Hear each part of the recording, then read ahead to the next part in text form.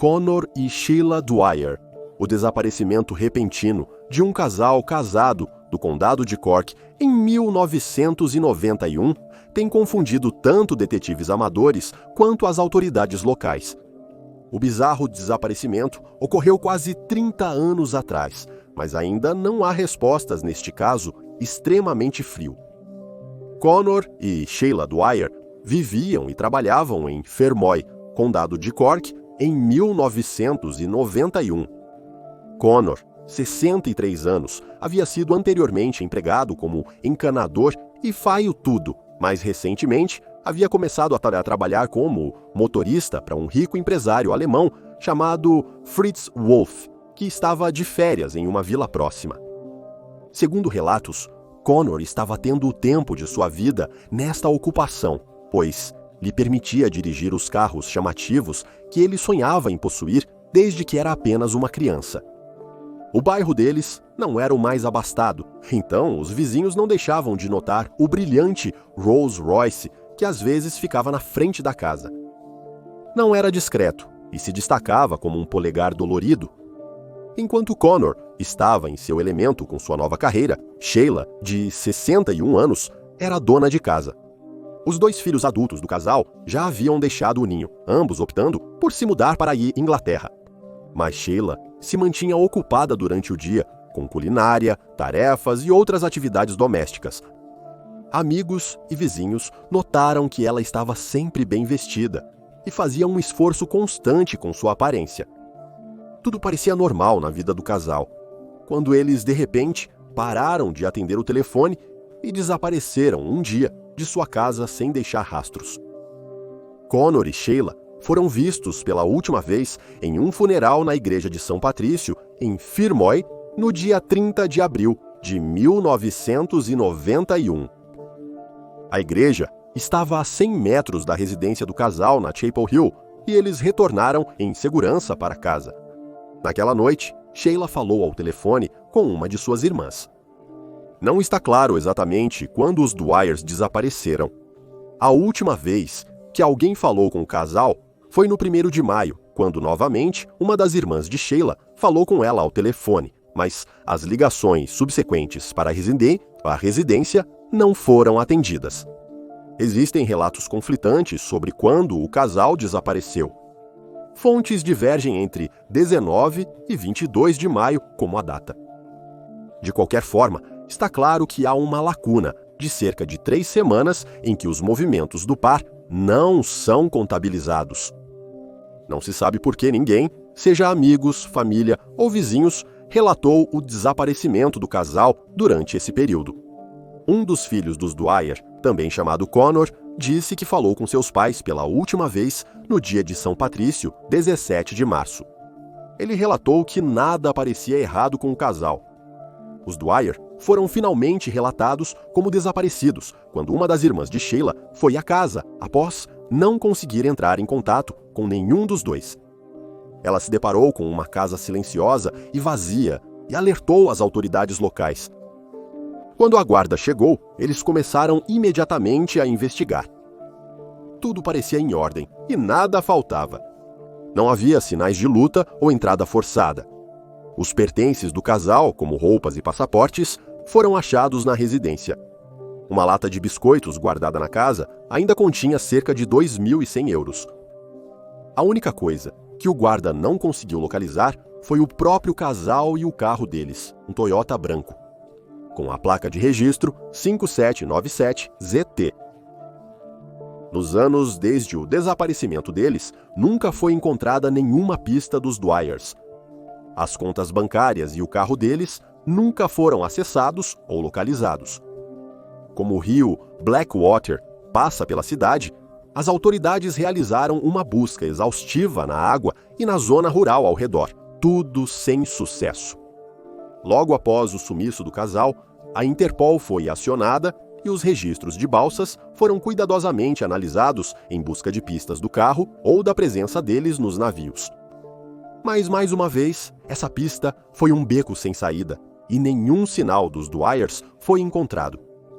Apesar de não haver avistamentos confirmados do casal desde 1991, várias testemunhas alegaram tê-los visto vivos e bem nos anos após o desaparecimento. Uma mulher local acreditava ter visto o casal em seu carro, parado em um conjunto de semáforos em Fermoy, logo após o casal ter supostamente desaparecido. Também houve diferentes avistamentos nas cidades de Dublin e Waterford. Em 1993, o caso foi destaque em um episódio de Crime Call, o equivalente irlandês ao programa Crime Watch do Reino Unido. Após assistir ao programa, uma mulher relatou ter visto o casal no aeroporto de Lourdes, na França, em junho de 1991. Ela disse que o homem parecia suspeito, porque usava um longo casaco de trincheira e mantinha um olhar constante e cuidadoso sobre sua esposa enquanto ia pegar um jornal. Ela achou que ele parecia preocupado com a possibilidade da mulher conversar com outra pessoa enquanto esperava por seu retorno. Ela contou que quando o homem voltou para a sua esposa, ele falou algo e os dois foram embora. A testemunha afirmou que o casal tinha sotaque irlandês. Na época, ela desconhecia o desaparecimento do casal e não relatou a observação antes.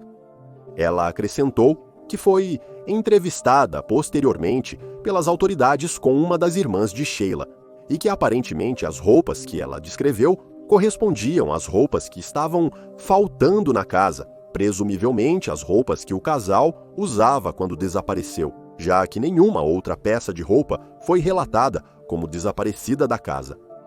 Outra observação interessante ocorreu no mesmo ano, em 1993, quando uma testemunha lembrou de ver o casal em um aeroporto de Munique. Essa conversa foi particularmente interessante para o guarda, considerando que, antes de seu desaparecimento, Connor trabalhava para um empresário alemão. No entanto, nem a polícia da Baviera, nem a Interpol confirmaram essa observação. Outro detalhe incerto, no caso do casal, era se Connor estava trabalhando para Fritz Wolff no momento de seu desaparecimento, ou se ele havia parado, talvez porque Wolff havia retornado para a Alemanha. Se Connor ainda estava sob o emprego de Wolff quando desapareceu, por que Wolff não havia relatado seu motorista como desaparecido? Em 2000, novas informações levaram as autoridades a procurar uma pedreira de cal a 45 minutos de Fermoy. No entanto, essa busca não resultou em novas pistas. Um dos aspectos mais curiosos do caso é que ele está envolto em rumores e boatos. Usuários do fórum Reddit notaram a relutância de suas famílias em discutir o caso, enquanto as acusações variam desde Connor orquestrando um plano de assassinato-suicídio até o envolvimento acidental do sexagenário em um negócio de tráfico de drogas. Um sussurro particularmente interessante envolve Connor desaparecendo por vários anos nos anos 80. Não está claro onde esse rumor começou e é desconhecido porque ele saiu ou voltou se o rumor for verdadeiro. Também foi especulado que o casal tirou a própria vida juntos em um pacto de suicídio. Essa teoria surgiu porque o irmão de Connor mencionou que ele havia sofrido de depressão antes. Se Connor realmente desapareceu na década passada, suas lutas com a saúde mental podem ter contribuído para isso. Uma teoria, no caso, postula que o desaparecimento do casal está ligado ao desaparecimento de William Billy Fennessy, que desapareceu de Fermoy quase exatamente um ano antes. William, de idade similar, também teve seu carro desaparecido. No entanto, seu corpo e carro foram ambos retirados do rio Blackwater em 2013. A teoria que parece ser a mais provável é que o casal sofreu o mesmo trágico destino que William Fennessy, mas seu veículo e corpos simplesmente ainda não foram encontrados. O filho mais expressivo do casal, Connor, afirmou em uma entrevista, em 2008, que seus pais não tinham inimigos e não eram malquistas. Eles eram amigáveis e respeitáveis e bem conhecidos na comunidade. Ele também notou sua crença de que eles ainda estavam vivos, mas acrescentou: "O não saber te mantém acordado à noite." Fico me perguntando o que se passava na cabeça deles. Há um vazio de informações. É muito bizarro e inexplicável. É um pesadelo vivo. Poucas atualizações surgiram sobre o caso do casal recentemente. Nunca houve suspeitos ou teorias anunciadas ao público e as autoridades afirmaram sua crença de que o veículo do casal provavelmente é a chave para o caso. Até então, o desaparecimento de Sheila e Connor Dwyer permanece sem solução. Caso tenha informações sobre o desaparecimento dos Dwyers, entre em contato com a Firmoy Garda no 02582 1000 820 100.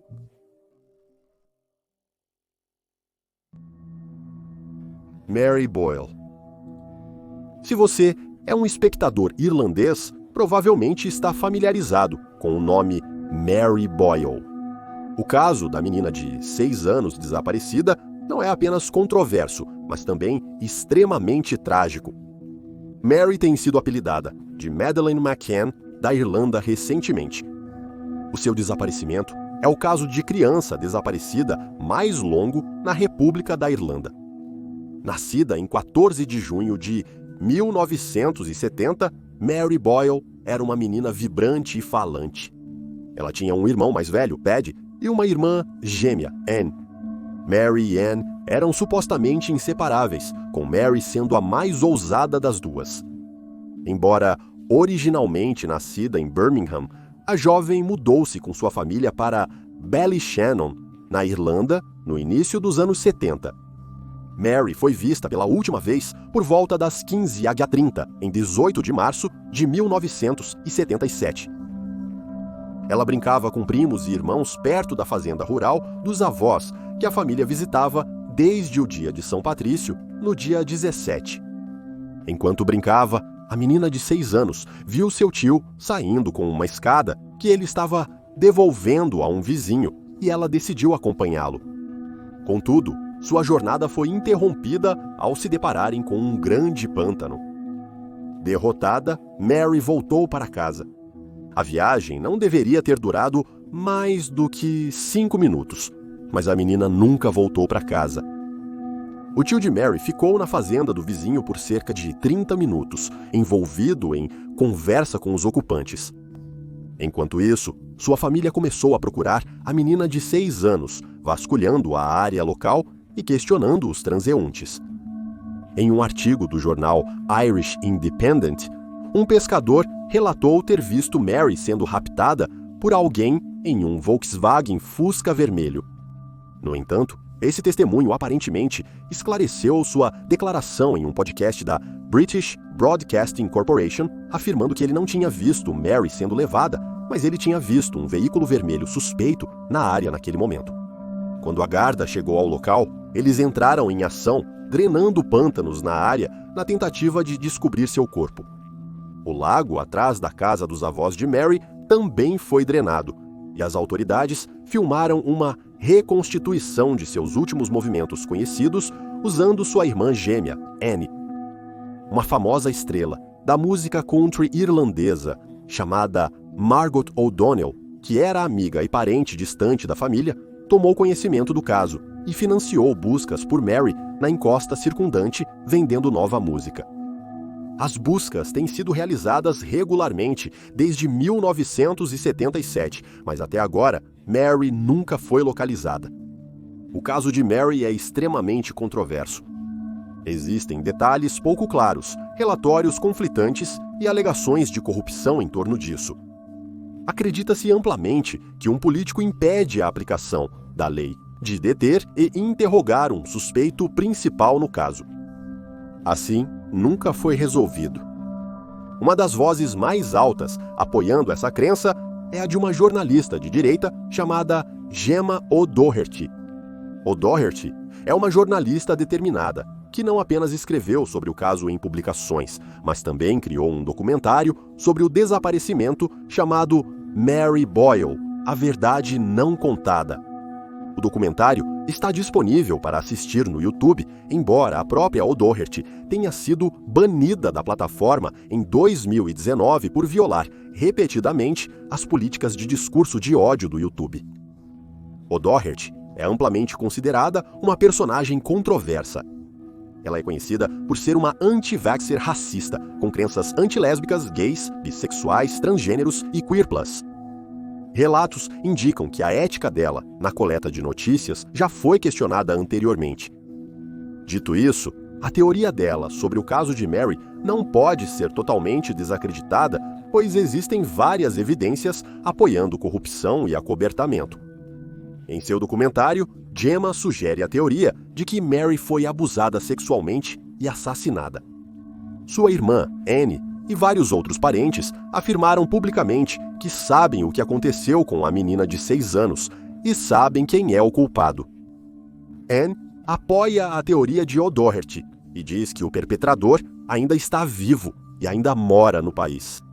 No documentário, pode-se ouvir Anne dizendo: "Eu acredito que Mary tinha um segredo. Eu acredito que Mary teve que ser morta para impedi-la de contar." Porém, essa declaração teve um preço. Anne não fala mais com sua mãe, e a família Boyle está em grande parte dividida como resultado de suas crenças divergentes. Em 2016, a mãe dos gêmeos, também chamada Anne, chamou os apelos de "a coisa mais ridícula que já vi na minha vida." Margot O'Donnell lembrou de perguntar ao político se ele havia interrompido a entrevista com o principal suspeito. O político negou qualquer envolvimento e rotulou Margot como uma mentirosa descarada. O suspeito inicial foi liberado sem acusações e não parece ter sido mencionado em nenhum relatório de jornal. De acordo com O'Doherty, o político não era apenas amigo do suspeito, mas também tinha um bom relacionamento com o superintendente responsável pelo caso. Um sargento detetive chamado Aidan Murray também confirmou que estava perto de obter uma confissão do principal suspeito quando um oficial superior ordenou que ele se contivesse. Murray acrescentou que também presenciou a ligação entre o político e a polícia, que instruiu o guarda a não questionar mais o suspeito. O político que interveio, no caso Mary Boyle, é alegado ter sido um homem chamado Sean McKenniff, que faleceu em 2017. Quando ainda estava vivo, McKenniff supostamente estava cercado de acusações de abuso sexual e aliciamento. O tio de Mary, Jerry Gallagher, supostamente trabalhou para ele. Muitos acreditam que Jerry Gallagher é responsável pelo sumiço da sobrinha. Anne Boyle nunca acusou diretamente seu tio, mas detetives de poltrona juntaram 2 e 2. De acordo com o documentário de O'Doherty, Gallagher deu declarações conflitantes ao longo dos anos e, aparentemente, nem mesmo admitiu que Mary estava com ele quando ela inicialmente desapareceu. O documentário, apesar das críticas de seus próprios participantes, oferece aos espectadores informações convincentes. Mesmo que nenhum político estivesse envolvido, parece que os esforços da polícia para encontrar o assassino de uma menina de 6 anos foram extremamente insuficientes. Outros suspeitos, no caso de Mary, são poucos e distantes entre si. Em 2014, um homem chamado Brian McCann, que havia sido preso por 2 anos por vários crimes sexuais apenas alguns anos antes, foi chamado para interrogatório, mas depois liberado sem acusação. Ele negou publicamente qualquer envolvimento com o desaparecimento da menina de 6 anos. Outro homem, que foi considerado suspeito por um tempo, foi o infame serial killer e pedófilo escocês Robert Black. Suspeitava-se de seu envolvimento quando as autoridades descobriram que ele era um caminhoneiro, que cruzava fronteiras e frequentemente visitava o condado de onde Mary desapareceu como parte de seu trabalho. Ele até era conhecido por estar na área no momento do desaparecimento dela. Uma testemunha até afirmou que ouviu choros vindos de trás de sua van, que estava estacionada do lado de fora de um pub na vila de Anagre. Porém, desde então, ele foi descartado como suspeito. O caso de Mary, de acordo com o guarda, não está frio. Embora a família tenha pouca fé na aplicação da lei e não acredite que eles verão justiça algum dia. Em 2018, um protesto silencioso foi realizado fora do escritório do legista, na cidade de Stranola. Os participantes queriam pressionar o legista a investigar o desaparecimento de Mary, possibilitando que testemunhas-chave dessem depoimento público pela primeira vez. Os manifestantes também entregaram uma petição com 10.000 assinaturas exigindo que uma investigação fosse realizada. No entanto, isso não parece ter sido bem sucedido. Há alegações de que a mãe de Mary tem negado constantemente quaisquer investigações sobre o desaparecimento da menina de 6 anos. Há muitas teorias no caso de Mary. A maioria acredita que Jerry Gallagher estava envolvido e que a teoria de encobrimento de O'Doherty é verdadeira. Outros apontaram para as ações suspeitas da mãe de Mary e sugeriram que os pais ajudaram a encobrir o crime de alguma forma. Também foi postulado que a criança de 6 anos se envolveu em um acidente, mas ninguém quis admitir, ou que talvez Mary nunca tenha sequer saído do chalé, sugerindo que ela foi morta em casa.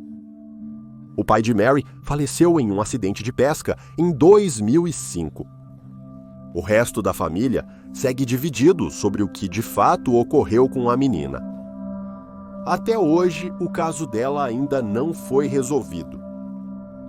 E aí, estão os fatos. Por favor, deixe um comentário abaixo com suas próprias teorias e especulações. E lembre-se de curtir este vídeo e se inscrever para apoiar o canal. Você também pode nos apoiar no Patreon para ter acesso a conteúdo dos bastidores e a chance de ter sua cidade natal apresentada em um próximo episódio de Caso Não Resolvido. Obrigado por assistir, fique alerta, fique seguro e nos vemos na próxima vez.